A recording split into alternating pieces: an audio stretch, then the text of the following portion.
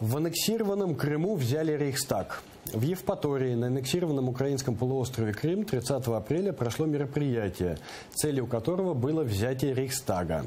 Взрослые и дети собрались, чтобы отметить 73-ю годовщину водружения Знамени Победы над Рейхстагом советскими воинами-освободителями.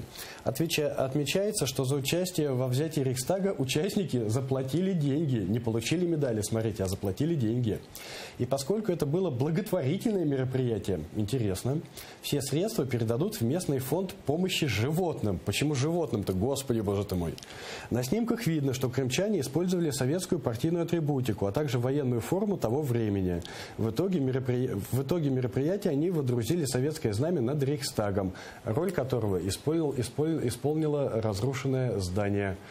Даже я здесь теряю, уже рвутся мои логические цепочки, и мне сложно понять, что здесь, черт возьми, происходит. Галоперидолу, друзья мои, галоперидолу.